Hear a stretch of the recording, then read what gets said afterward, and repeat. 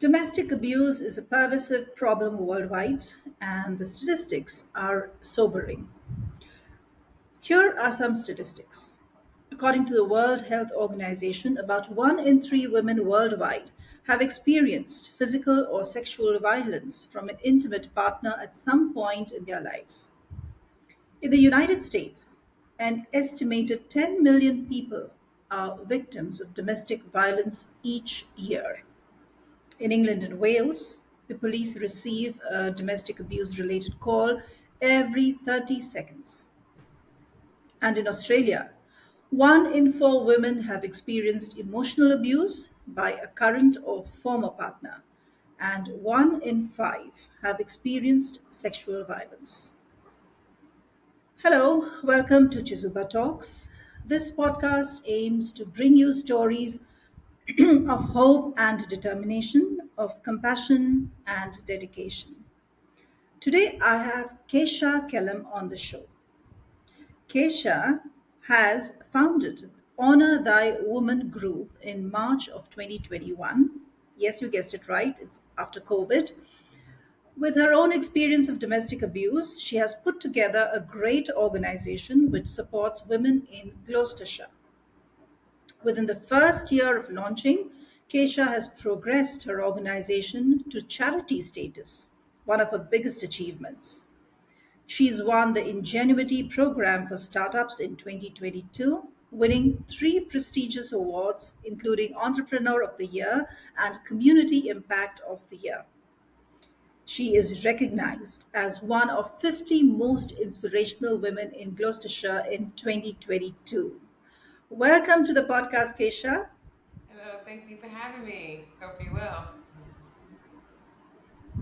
Absolutely.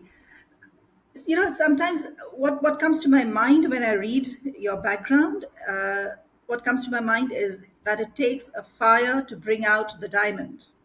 Mhm. That's it. That and it's absolutely true. Exactly what it is. We'll go through something, and at the end of the tunnel, we realize there is a bit of light, and that hope and that inspiration comes through me that will shed light to other people. Absolutely. So we'd love to hear your story, and I will ask you certain questions about the foundation and your journey to starting this foundation. Before that, could you just tell us a bit about the scope of the problem that exists about domestic abuse? Yes, well, the scope is, we have probably all around the world, it's a bit of stigma when people want to see support from the local services or the specialists. And in between that gap, there are waiting lists. Sometimes it takes months just to get a phone call, it takes months just to get an email back. And then sometimes it turns around and says, sorry, we can't support you, or sorry that you feel like you're not high risk. So those who are needing that support is kind of brushed under the rug. Sometimes they don't have that support after domestic abuse. So they get the domestic abuse where they feel like, okay, you move me to a safe accommodation. What happens next? So they're on their own, going through the journey of trying to recover from domestic abuse. And it doesn't take days, it doesn't take weeks, it doesn't take months, it can take years. We have one client who has experienced domestic abuse, and 28 years later, she's still having nightmares. So, it's always a journey. It's never just something that you can totally get over. Right. Do you know what advice would you have for somebody who is experiencing domestic abuse, and or for somebody who knows somebody who is experiencing domestic abuse? I would say for those who are experiencing or have experienced domestic abuse is to seek support. We always think that we're stronger and don't want to talk about it. And a lot of times we have a little, but I tell clients, a little box in the back. We have a key. We throw away that key and no one opens up that box. We don't talk about it. We move forward from it. But then we realize when we have different relationships, either with our friends, our family, or our new partners, certain things may trigger us Some things will upset us. Some things that they might see in the news might cause us a bit angry or frustrated. So I would say if you feel like you need that support and you haven't totally had any support, to speak to someone. Mm. It can be a family member, it can be a friend. And if to that person who is a family member or a friend, it's great to have that support and just be a listening ear. Sometimes we don't want to hear it every time. Why haven't you left? Why'd you stay that long? That kind of conversations, because all it does is put the morale down and they feel like, you know what, you don't understand. I'm not going to say anything. And, with domestic Mm. abuse, it happens to all types of abuse. So you can't assume that because you don't see any scars, that person hasn't been affected mentally, emotionally, psychologically, financially. All those things, honor-based violence, sexual violence, all of those are domestic abuse. It's not just physical. So I think that being a bit more open to support, and for the family members and friends, being open to actually want to listen to the trauma. Right. Mm. I'm sure that's easier said than done because most situations would be to try to keep it within the house or keep it within yourselves and not bring out the dirty laundry, so to say. But there has to be a situation where the person who is a victim needs to share this. Now, this victim needs to have somebody who they can share it with, right? Hmm. So Yes. what is the best support that somebody can be? Listening, of course, yes, but does this need to be reported immediately, or can this be counseled by a therapist? So what if you mean be reported to the police if it's happening and they're now a victim? Yes, Oh yes, definitely, definitely. If they're a correct. victim, definitely reach out to the police. Put some protection orders in place. You have different protection orders. I'm not sure, it depends what country you are, but definitely get some protection orders in place. There's also some safety planning, because some women still decide to stay with that person. So safety planning while you're still living in Hmm. the same home, safety planning if you decide to leave the home and leave the area, and safety planning if you decide to stay in the same town within that with that person who's living in the same town or city or state or whatever like that. So it's always best Hmm. to definitely reach out to the police in an emergency situation. But if you have a chance to leave and go with a friend or a family member, to make sure you plan that safely, and don't just leave abruptly. Make sure you do everything right, got all the right Hmm. documents in place and stuff like that. Because having the police come involved, Hmm. they will say, they might lock them up for 24 hours while you find somewhere safe. By that time, you should already have that safety plan in place. Who are you going to go to? Who are you going to call? Who can come pick you up if you don't drive? That kind of thing. So who are you going to include within your bubble? Right. Mm. So, does your organization Honor Thy Woman help out in such situations? Oh, definitely. Yeah. We have so many clients that we have out in those situations, whether, like I said, they're staying with the partner or deciding to leave. And it's really important because they're putting themselves at risk when they want to leave. And, things can happen and escalate when they leave. So we make sure that we put the proper measurements in place, make sure when they do leave, they don't have to go back and pick anything up. We have a client right now who's actually going through a divorce, and some stuff is still at the family home, and he's like, I'll post it to you. She's like, no, because there's certain things I need out of the attic that I need to get to. And, we're still waiting for him to let us in the property with the witness and 999 or the emergency, the police department, they're on standby, but we still have to work around his schedule, which is a bit difficult because, again, that's a part of a controlling thing. You come and get access to it when I'm ready to have access to it.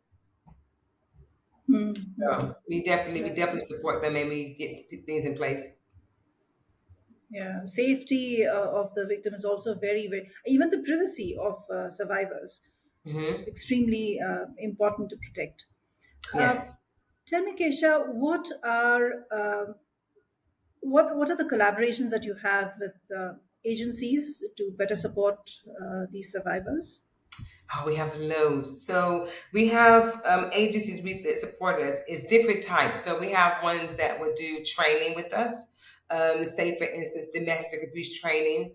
We have some training around housing options. So within our county, we work alongside the county council and the city council. So if our clients are facing homelessness, then we'll have them fill out a home seekers application.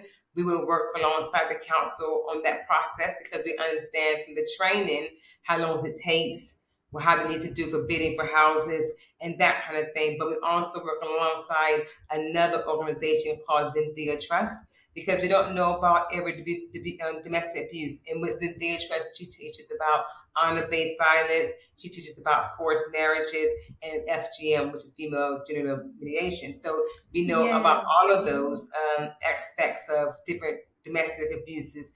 But also, if we need things like furniture, we work closely with different around the county who will be able to assist our clients once they get their property, that we'll be able to provide furniture for them because remember, they're leaving with nothing but a bag and some clothes and stuff like that. So we'll be able to find them clothes. We have organizations that support us around digital. We call it Digibus. So it's a new organization for those who are coming from different countries and or those who don't know how to use application forms because I'm going to be realistic. It's not just young people. We have older people as well. So things like filling like application forms on their own, they're not used to because their partner probably handled all those kind of things and all they were probably doing at home was take care of homes and now they have to learn how to pay certain Probably, yes. bills and look for jobs and stuff like that. So we have out with CVs, as we call it in America. It'd be like resumes. So we have to put those together, get them back out there to get confident to want to go to work. You know, that's another avenue for them. And they feel like I haven't done that in so long because I've been sitting at home looking after this person and the family. Now it's time for me to get my life back. So we kind of Hmm. empower them. So we have some different ones. Let's take a break to understand what Chezuba is. Everyone at some point ponders on how this beautiful life can be made more meaningful. Maybe you're a leader trying to enhance your employees' experience at your organization. Or you already work for the community and seek volunteers with state of the art skills to strengthen your nonprofit. Whatever your situation, know that you can make a difference. Chezuba began with this very vision, a vision to facilitate every skill and every passion in the world in meeting a social need. Corporate volunteering has several benefits for both businesses and organizations. In parallel, experienced and enthusiastic volunteers join NGO workers, enabling them to serve the community more effectively. Chezuba offers everyone looking to add purpose and meaning to their lives a chance to connect or volunteer virtually with nonprofit organizations from over 100 countries around the world. Visit www.chezuba.net and explore opportunities to find meaning. Chezuba, your platform to do good. And now, back with our guest. Uh, I know this may be a very challenging situation, but what is the biggest challenge that you face?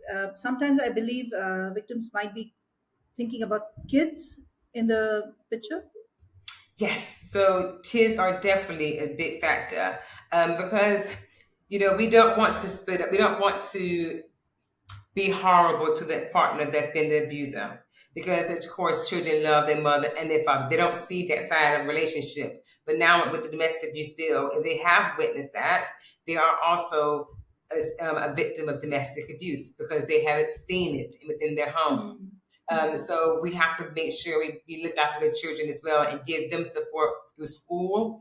They get support outside of school and that kind of thing. But when the mothers make that decision to leave their partner, that is the biggest challenge because they feel like they're the reason why now that they're going to separate from a family unit, which is not the case. The Mm. case is you didn't do anything wrong. You're doing everything right because if you were to stay in that relationship, that now the behaviors and the attitudes will now be brought onto your children. That means your children might be an abuser or they might feel like that relationship is okay to be abused, which is not okay. So we have to think about the best interest of the children Mm. in the first instance. But for the mother or the father, whoever been abused, of course, they're going to feel like, what I'm going to do now? So how am I going to survive on my own without having been a single parent versus having everything there within the unit? Right. Hmm. Keisha, how many cases have you seen like this in so many years since 2021? With children, with the No, children as in overall, overall. So we've not with launched. the children, with Oh, everybody. but yeah, so we launched back in April last year, over 100. I mean, and counting. I mean, we had 3 yesterday. So yeah, Goodness. it's growing, growing, Hmm. growing. Every day we get, I won't say every day, every week we have at least about 2 or 3 clients coming from self referrals or from other agencies that's needing that support. So, and it's a need because, again, there are waiting lists, and this is the problem. If we got a service that's been supporting men and women and families countywide, they're going to have waiting lists. So, this is where we fill that gap at. We don't want anyone to be waiting for that kind of support. We got peer mentors on standby. We contact them within 48 hours, and we're there to support them straight away. Yeah. So when somebody comes to you and they need shelter for a few days or a few months, maybe, do you offer shelter? Do you have host families, or do you have an area where you can keep them? Not as of yet, but we do work with other agencies who support those who are needed to escape in emergency situations. Now, if it's going to be, we call a bank holiday, which is like, in America, like a 4th of July event, something like that, and there's no one that's opened, of course, we can then overnight, we'll be able to assist them in the hotel or something where they get that kind of support. So, yeah, we do have things in place if they're not available in emergency situations. Hmm. And all these years, is there one particular case or incident that comes to mind as being very desperate or something that uh, that maybe the audience needs to know? This is a situation that can happen, and these are the corrective steps that can be taken. Well, yeah. So, and as far as we had a client that came from a different area, so she's not based in Gloucestershire. She came with her little boy and little girl. Her little girl her son was 4. I think the little girl was just turning 3. And she had a different culture background, so she didn't speak real. Her English wasn't her first language. So she was offered some support, relocate to where her family lived, which is in Gloucestershire. She came here into Gloucestershire and they gave her a place to stay. Now, because she didn't speak English well, she wasn't able to communicate things to the people who were supporting her. They reached out to us for support. We said, "Yep, we definitely can support her as a peer mentor." We were talking to her, and she was just really concerned and worried about the ex partner getting involved. So we were able to help her with putting again a protection Hmm. order against them because he can. I believe she was worried that he's going to follow her. For the sake of the children, she knew that she would probably be not say she want to go back, but he would use the children against them. We went to visit the property. Hmm. She didn't have any furniture, like no furniture. The kids were sleeping on. It was no curtains. The kids were sleeping on like not even if it's no. When I say it was nothing on the floor, it was not even padded on the floor. It was like a concrete floor. And I'm thinking like, as an agency, you give someone a safe house to relocate to, but they didn't supply furniture. So that really took me back, and it really, Yeah. really was hurtful to see that happened. So someone had reached out to on Facebook and said, "Is anyone be able to help our family with some clothes?" Again, all they were saying were like clothes. So anybody can get clothes, So I'm like, and then someone had tagged us into it on social media, and we were able to furnish her whole house. It was amazing. The whole community got involved. And this is what I mean about reaching out. Yes, we want to cover things up. If you need things, reach out because your children been sitting there for 3 weeks with no furniture, not a microwave, not a tea kettle, not any white goods because she had to keep going back to her mother's house. So we were able to give her a gift card when she gets other stuff. We got her curtains, we got her rugs, we got her carpet, we got her beds, we got her bathroom furniture for herself, and like some dresser drawers. toys for the children. The little girl was she was like so grateful. And she was like, this is my bed. This is my bed. And didn't realize her birthday was the next day. So she just had turned 3. So Oh, I was like, oh my gosh. And she was like, thank you so much, because now she'll be able to sleep in her own bed. And that would really, really took me away. I mean, to the yeah. point where the movers was like, Keisha, he said, this is my first time experiencing something like this. And because I had to make sure he was like background check, because not anyone could come and see what the clients are living at. And he was like, if you need anything, because I'm a mover, I get furniture all the time. Just let me know. I can get you furniture. If you got a storage, whenever Yeah. you need anything. So for him seeing that himself firsthand, That is he's now amazing. about Yeah. other women, So yeah, it's just all. It's what I always say: is reach out to people to get support. Never feel like you feeling less than or you're better than that. I don't want anything that's handed to me. It might be a chance that you might need that support. And guess what? There are people out there who actually cares. So, Right. but no I matter what the guess social situation. media plays a big role in Mm. Yeah, yeah, that was absolutely, this. I would talk about that story absolutely. to the day I died. That was the most, for me, the most impactful thing, and the first very impactful thing that we've done. And I've done everything possible: TVs, living furniture, dining table. We literally furnished the whole house, and I was amazed. And she was so grateful. She was crying. I told her not to cry. This is what we're here for. I felt like an angel for her. So yeah. Yes, absolutely. An angel. Angel is what is the right word.